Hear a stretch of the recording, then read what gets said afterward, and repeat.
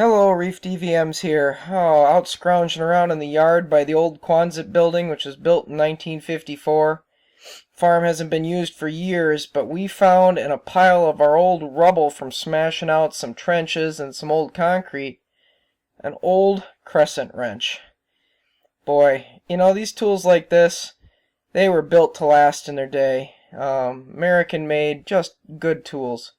Hate to see a tool like this go to waste. It's certainly resurrectable. I'll show you some simple steps you can do to make this tool look like new. Grab yourself an old pan, something you don't really care about. In this case, we start with an acid dip.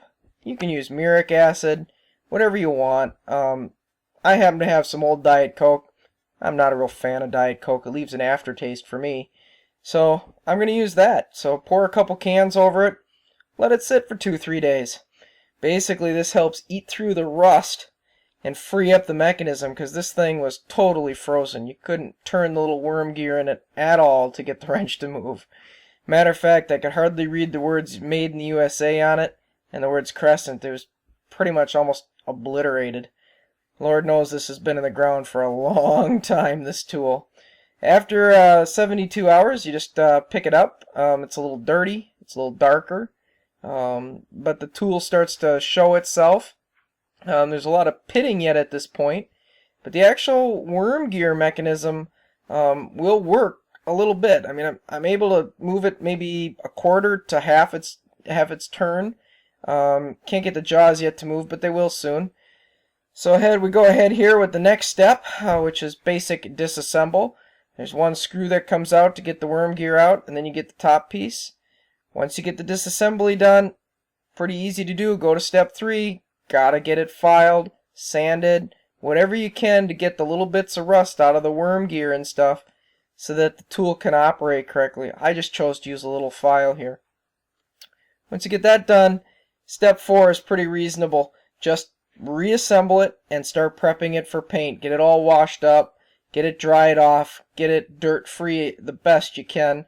Obviously, hopefully the acid did most of that. In this case, at this stage, the worm gear is now running 100%. The actual wrench is working. It's just maybe not the prettiest. So then that gets me to the step 5. I took this one and I just rubber dipped it.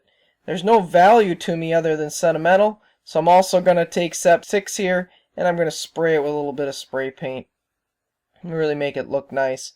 In this case, I'll probably use more of like a Rust-Oleum hammer finish in like an aluminum or a type of silver color, because that's what most of these wrenches are in the store. I think that works nice to hide the pitting. And again, all the pitting on the handle you won't see anyways, because underneath the green tape it's been dipped in that liquid rubber that you can buy at any hardware store.